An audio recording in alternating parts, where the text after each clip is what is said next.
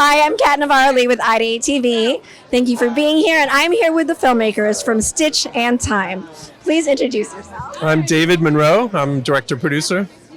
V. Scott Balcerek, director-producer. Thank you so much, guys. So I read a little bit about this documentary, and it has to do with stitching and recovery, right? Tell me more about it and how you came up with the idea.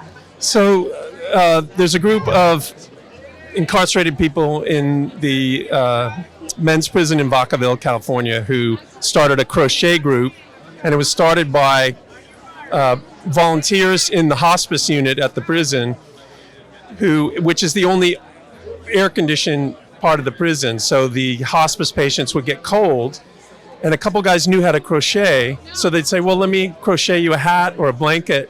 And they started making these things, and these items became really prized items where they would ask them, can you make it in my favorite team's color or something? And other guys would see this and say, hey, can you teach me how to crochet? And so they started a club, basically, where the guys would learn to crochet, and then they would make these items first for the hospice patients, but then the clubs got so many members that now they have groups on the outside of the prison, young mothers and things, that they donate these warm items and toys, and they make basically anything that you can make with crocheting. What a fascinating story. Now, how did you guys get access to this? Well, David knew a doctor who worked at the hospice, and the first time she told David, was that, yeah, there's these guys that are, quote unquote, hardened criminals, and they're crocheting little bunnies and little hats and little cute things. And so for us as filmmakers, we thought that was interesting. These guys are all tatted up and they're doing this little dainty work. But as we went further, we realized that the film is really a story of redemption because of the hospice and because of the work they were doing. And so it propelled us to sort of keep going with it. Right, and you're giving these people voices. People are getting to see them in a different light that they wouldn't normally see. And so what surprised you the most from filming and the people that you met?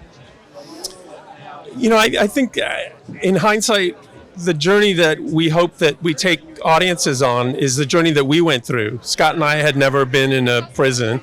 And so to learn what these guys had done in their worst moment, and then to be able to now call them friends and to trust them implicitly, to make that leap is, I think,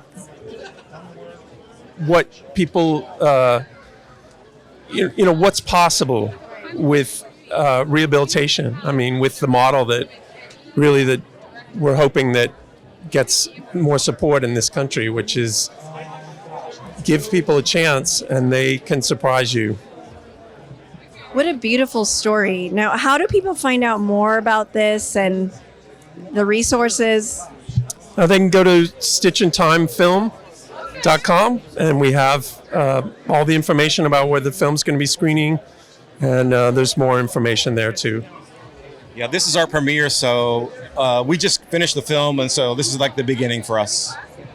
And what advice would you have for filmmakers who see a story like this that's really touching and compelling to them and want to begin on that journey of documenting it? To make sure that there's a story.